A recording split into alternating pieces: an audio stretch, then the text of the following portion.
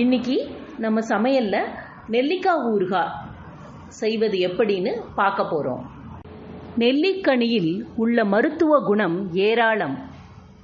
தினமும் ஒரு நெல்லிக்கனி சாப்பிட்டால் மரணத்தை தள்ளி போடலாம் என்று கூறுவதுண்டு. நெல்லியின் மருத்துவ குணங்கள் போல் வேறு எந்த பழத்திலும் இல்லை எனலாம். நரைமுடி இன்றைக்கு பெரும்பாலானவர்களுக்கு பெரும் தொல்லை தரும் விஷயமாக ஆகிவிட்டது.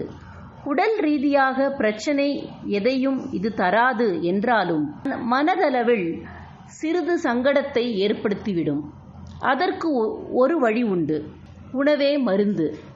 கண், சிறுநீரக கோளாறு, வயிறு பிரச்சனை, தலைமுடி கொட்டுதல், சீரான இரத்த ஓட்டம், இளமை தோற்றம், இதற்கு எல்லாம் ஒரே தீர்வு நெல்லிக்காய்தான்.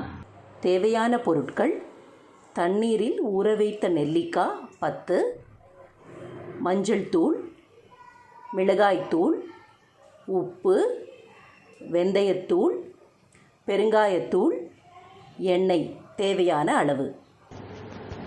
இப்போது நம்ம நெல்லிக்காய் ஊறுகாய் எப்படி செய்யலான்னு பார்க்கலாம்.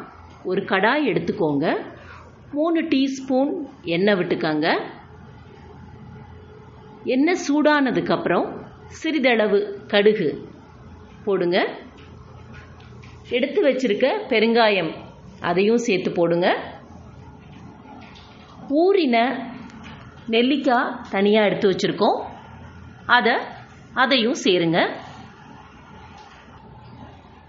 சேர்த்துட்டு நல்லா வதக்குங்க. நடுவில் லைட்டாக கிண்டி விடுங்க. இப்போது மஞ்சள் தூள் 1/4 டீஸ்பூன் போடுங்க. வெந்தயம் 1/2 டீஸ்பூன், காரப்பொடி 3/4 டீஸ்பூன் போட்டு சேர்த்து இந்த கலவையை இன்னொரு தடவை கலந்து விடுங்க. 5 நிமிஷம் நல்லா அடுப்பில் நம்ம கலந்து வச்சிருக்கிற இந்த எல்லா கலவைகளும் அந்த நெல்லிக்காயில் ஏறுற மாதிரி நல்லா கலந்து விடுங்க.